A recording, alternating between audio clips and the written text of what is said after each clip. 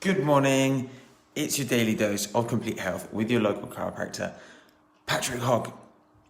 And I wanted to answer a question that I get asked all the time. What is the biggest cause of low back pain? What is the biggest cause of low back pain, or why do I get low back pain? Is a question I pretty much get asked every day. Why do I get back pain? What is the biggest cause? What is the biggest cause? This is a really interesting question. And I've been working as a chiropractor for 5 years. I studied for 5 years. And I can quite honestly say that I can't give you one answer as a specific cause of why someone gets low back pain.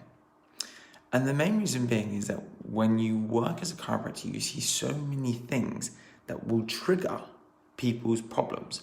However, there is one thing that I see that is similar in every single episode of low back pain, and that is that every single one of them has some level of inflammation somewhere.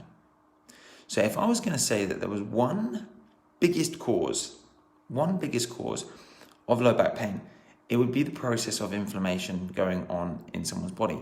Now, the reasons why that will occur will be different from person to person. Now, pretty much every disease on the planet, as far as physical injuries or degenerative diseases or chronic long-term diseases are concerned, pretty much every single one of them has something in common, and that is that most diseases start with inflammation first. Even something as simple as a cold will trigger inflammation because it triggers a fever. And when we trigger a fever, we are getting inflammation within our system.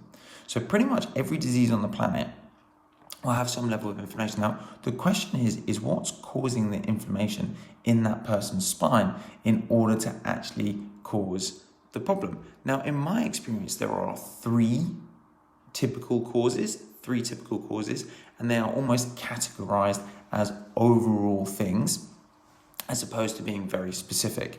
There can be physical stress, either they're moving too much, doing things with inappropriate form, or not enough movement. So we'd have physical stress as far as sitting on our backsides all day, doing computer work for 8 to 10 hours a day. So moving too much and moving too little would both be considered physical stress, stuff like traumas, falls, bumps, bruises, etc.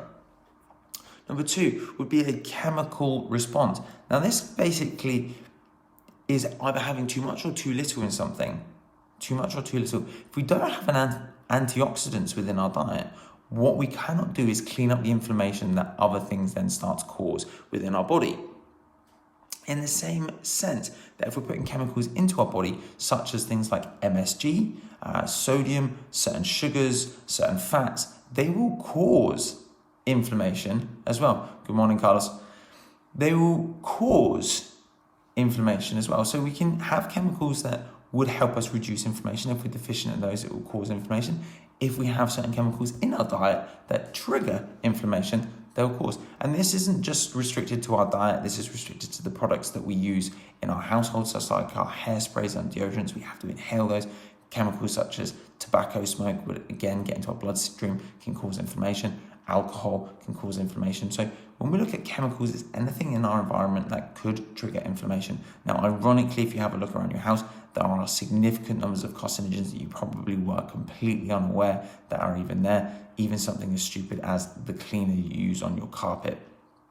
And the last one is emotional. And this is one that potentially gets ignored a lot or forgotten a lot, which is stuff like how we think and feel can start to actually have an impact on our pain levels.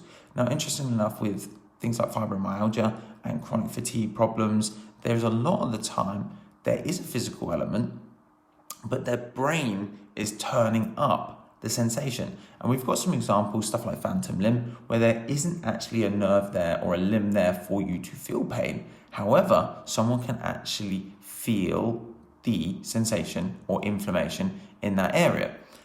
Now, interestingly, what we know is there's a chemical response when we produce certain stress hormones, e.g. cortisol, and that drives up our inflammation response. Why? Well, if we're under attack by a lion and all of a sudden they graze and cut us, we want those inflammatory markers to be there, ready to heal the body quickly. However, when they're chronically turned on, we get chronic inflammation, and this is where things become too much. We can start to affect those things as well.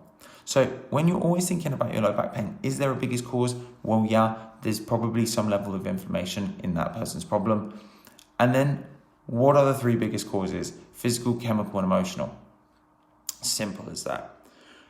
If you have any questions, I'm going to go through a health class on how we can actually reduce these problems, and that is next Wednesday, so that's in 6 days' time. There are limited spaces because obviously with COVID restrictions we still have to be a little bit limited, but we are going to be booking a free health class in the clinic, and we're going to be doing those roughly every 2 weeks again, just to try and obviously help our clients understand their health much better so that they can actually do things outside of the clinic rather than expecting everything to be solved inside of the clinic, which will speed up their recovery process and help them for long-term changes in their health.